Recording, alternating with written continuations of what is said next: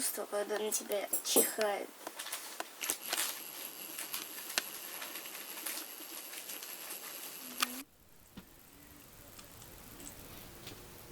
Вообще-то надо было приближать, а не отдалять, когда снимаешь, Егор.